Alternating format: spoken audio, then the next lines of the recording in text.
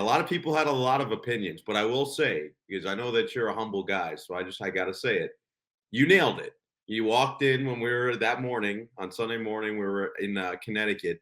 You said these are going to be the four teams in this order. You were absolutely correct. I thought that Florida State it was just going to sneak in. I thought it was Yeah. going to happen undefeated, 13-0. But Alabama does get that fourth spot. There's a lot to talk about in terms of how they set the playoff, but I guess your initial reactions to how everything unfolded with championship weekend into the playoff selection. Yeah, I mean, first of all, it really stinks for Florida State, and I totally get that, and I totally get their being upset and the uproar that caused. It was unprecedented for an undefeated conference champion to be left out of the college football playoff. However, a couple things.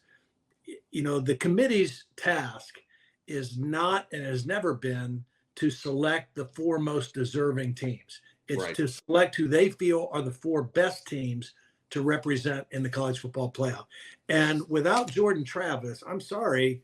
I mean, Florida State's defense is still really good, but their offense is suffering without him. And because of that, I'm not even sure that Georgia and Ohio State are not better football teams than Florida State right now without Jordan Travis. So a great season. And again, it stinks for them, but I think the committee got it right in terms of the four teams that they did select to play in the playoffs. And, a lot of people probably want to compare and say, well, the first year of the playoffs when Ohio State, they had their third team quarterback, Cardale Jones, and they still got voted in. There's two things to point out about that make that situation very different than what we saw this weekend with Florida State. Number one, they went to their conference championship game and beat Wisconsin 59-0 with Cardale Jones. Okay. Florida State barely beat Louisville, and it was 3-0 at halftime. It was not a pretty game. It was not a good offensive game. They're running Wildcat down the stretch just to kind of end the game with their third team quarterback.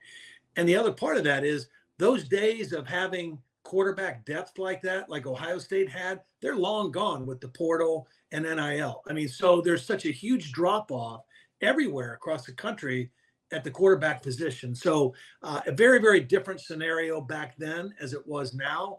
I do think if Florida State somehow would have put a real beating on Louisville and looked impressive, they might have gotten that fourth spot. But because they looked the way they did the week before against Florida, and they're just kind of, winning, but not winning in any kind of convincing fashion, it got the best of them when it was all said and done.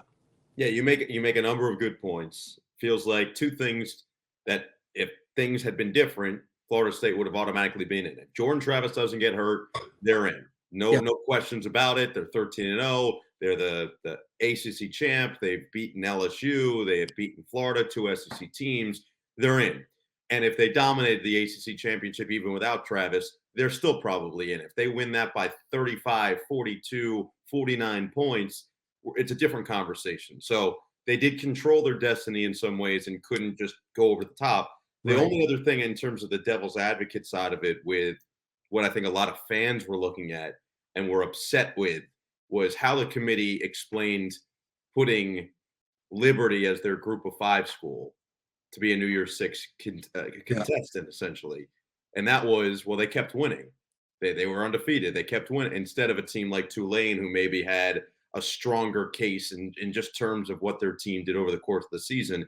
Liberty had the weakest schedule in the entire country, but they won every game. And as a result, they're the group of five that's being represented in New Year's Six. So I think a lot of people felt frustrated by kind of the inequity between the two. Yeah, and there's a good point in that. I think it's also the thing that's kind of hard to imagine is, when it all shook out and Florida State was number 5, I mean, basically you're left with saying, okay, so Alabama is better than Florida State, but the team that was number 1 the whole season and got beat by Alabama by 3 points the other night, they're not as good as Florida State. So there's no perfect way to do it. Next year, hopefully with a 12-team expanded playoff, I don't think there'll be as much outcry over teams number 13 and 14, as there are with 5 and 6, the two that are left out. And this is the first year I think that has been that dramatic and that, in some eyes of people, an egregious mistake that the committee. But I don't think the committee, they were in trouble either way.